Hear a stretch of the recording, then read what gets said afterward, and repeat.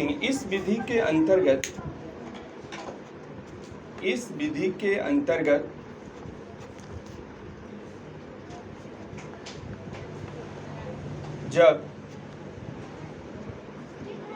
जब allyl halide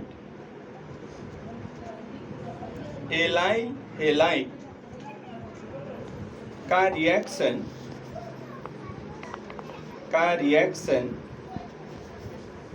halogen acid के साथ किया जाता है,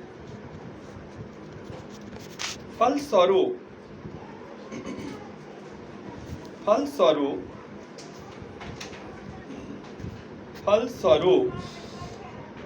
टर्मिनल डाइहैलाइड्स बनता है।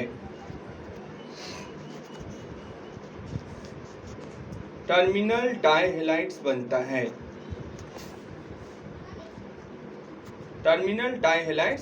है। फुल्ली कॉन्सेप्चुअली अभी यहाँ पर हम बताएंगे, कोई भी रटाफिकेशन इसमें नहीं मिलेगा। मतलब एक एक पॉइंट हम हर कदम पर बढ़ेंगे तो वो विथ कॉन्सेप्ट के साथ। जो पीछे रिएक्शन मैकेनिज्म का पोर्शन हो चुका है वो अप्लाइड है इस पर और वेरीफाइड भी है। हालांकि IUPAC तक हम नहीं पहुंच पाए हैं अभी तक, वो दूसरी बात है, लेकिन ये पूरा आपको कॉन्सेप्चुअली सही है। जैसे कि देखिए आप पढ़ के आए हैं वैसा ही आपको एकदम लगेगा कि नहीं, हर चीज जो है, कोई भी चीज इसमें ये नहीं है कि आपको ऐसे कर दिया गया, नहीं ऐसे ही होता है, फोर्सली नहीं, कॉन्सेप्चुअली। कैसे? तो देखिए एलाइल हैलाइड क्या होता है, CH2Cl CH double bond CH, that is allyl halide. Allyl chloride allyl halide ही है। एलाइल किसको कहते हैं? एलाइलिक कार्बन से जब हैलोजन अटैच्ड होते हैं तो उसे ही तो हम एलाइल हैलाइड कहते हैं। और एलाइल कार्बन कौन होता है? जो डबल बॉन्डेड कार्बन के एक अगल या बगल में जुड़ा हुआ सिंगल बॉन्डेड कार्बन। ठीक है, जब लाइव चल रहे हैं तो सब कर दे भाई, कोई ठीक है। ठीक, अब इसका रिएक्शन हम करेंगे किसके साथ? हैलोजन एसिड के साथ।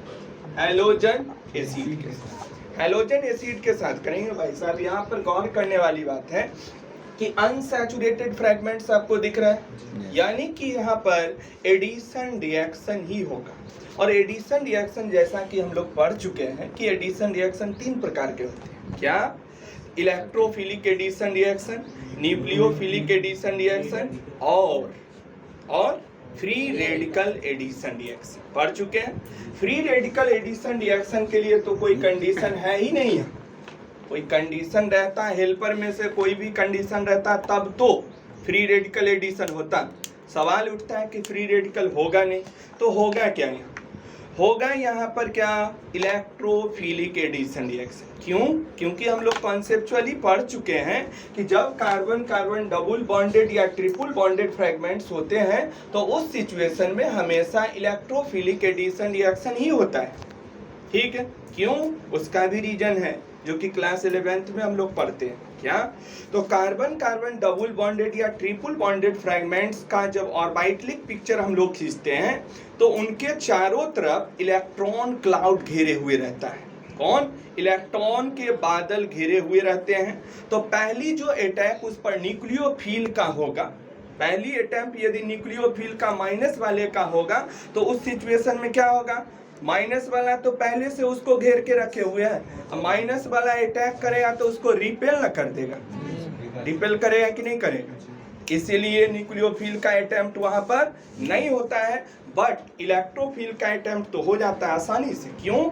क्योंकि निगेटिवली चार्ज क्लाउड घेरे हुए हैं और वहां पर पॉजिटिवली चार्ज को वो खटाक से अटैक कर लेगा। बात समझ रहे? इसलिए इलेक्ट्रोफिलिक एडिशन रिएक्शन यहाँ पर होगा। तो भैया यहाँ पर मैं विथ मैकेनिज्म बता रहा हूँ। क्या? सबसे पहले इसमें तो फ्यूजन करवाएंगे, ओल्ड बॉन्ड का ब्रेकिंग होगा, न्यू बॉन्ड का फॉर्मेशन होगा। बताइए क्या कोई कंडीशन है यहाँ? नहीं है, यानी कि हाइड्रोलिटिक फ्यूजन होगा। देखिए फर्स्ट स्टेप में क्या होता है कि HCl जो है बॉन्ड ब्रेक करेगा, और वो भी कैसा ब्रेक होगा, हेट्रोलिटिक फिजन होगा।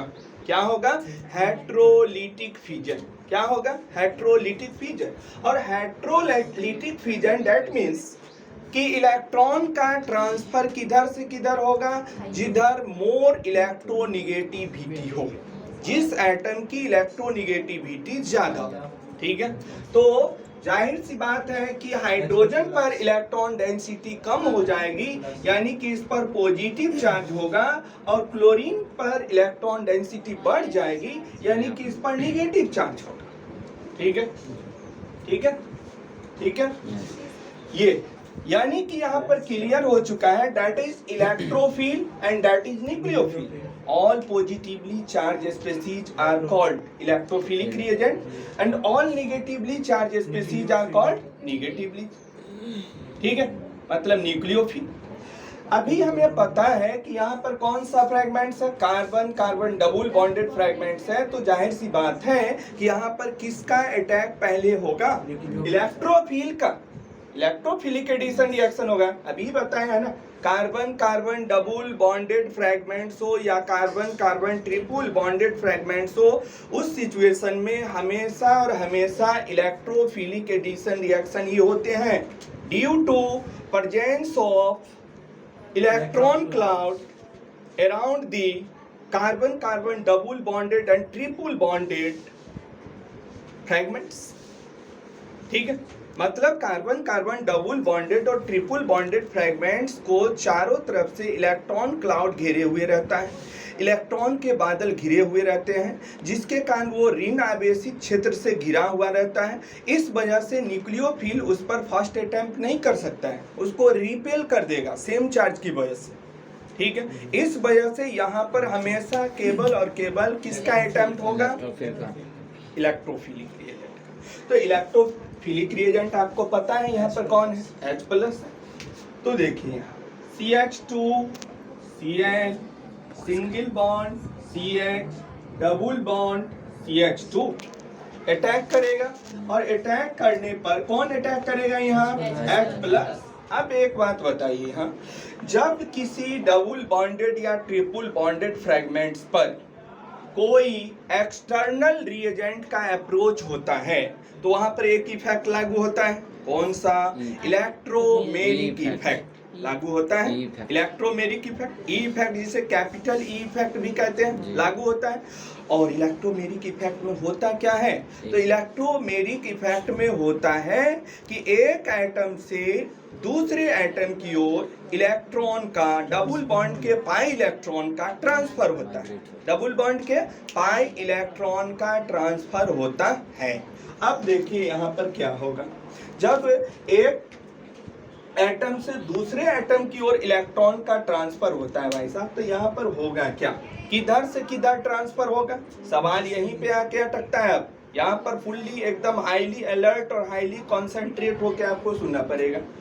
सवाल है कि यहाँ पर जब इलेक्ट्रोमेरिक इफेक्ट उत्पन्न होंगे, तो इधर भी तो डबल बॉन्ड का इलेक्ट्रॉन ट्रांसफर हो सकता है, और इधर भी तो इलेक्ट्रॉन डबल बॉन्ड का इलेक्ट्रॉन ट्रांसफर हो सकता है, बट किधर इलेक्ट्रॉन का ट्रांसफर होना उचित होगा, सही होगा, अकॉर्डिंग टू कॉन्सेप्ट। यहाँ पे गौर कीजिए, यहाँ पर हम क्या देख रहे हैं भाई साहब, यहाँ पर हम देख रहे हैं कि यहाँ पर इसके पास लोन पेयर ऑफ इलेक्ट्रॉन भी है क्लोरीन के पास। तो एक बात यहाँ पर देखिए कि क्लोरीन के पास जो lone pair of electron, lone pair single bond, क्या ये कॉन्जुगेशन में है, नहीं है, तो यानी कि यहाँ पर इलेक्ट्रोमेरिक इफेक्ट तो लागू होगा नहीं।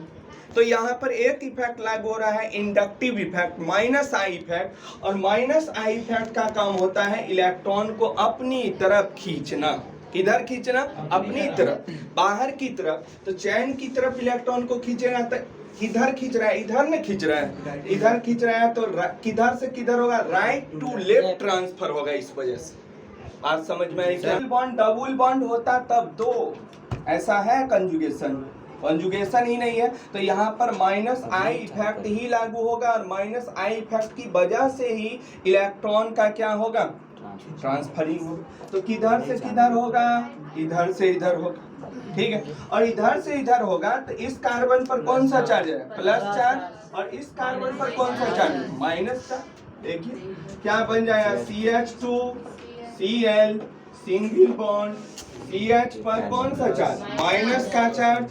और यहाँ पर CH2 पर कौन सा चार्ज? प्लस का चार्ज होगा।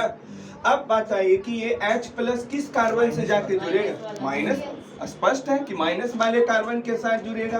तो क्या बन गया भाई साहब? CH2 Cl, CH2 ना, CH माइनस से H प्लस जुड़ेगा, CH2 बनेगा। सिंगल बॉन्ड CH2 पर प्लस चार्ज। क्लियर है? अब तो स्पष्ट है कि Cl माइनस का जो अटैक होगा वो तो प्लस वाले कार्बन से ही जुड़ेगा। देखिए ना, टर्मिनल डाइहैलाइड्स नहीं बन चुका है क्या? देखिए ये आपको किसी भी बुक में मेंशन प्रिपरेशन मेथड नहीं है, आप सर्च मार सकते हैं, पूरा रिकॉर्ड करके इसको पब्लिश कर दिया।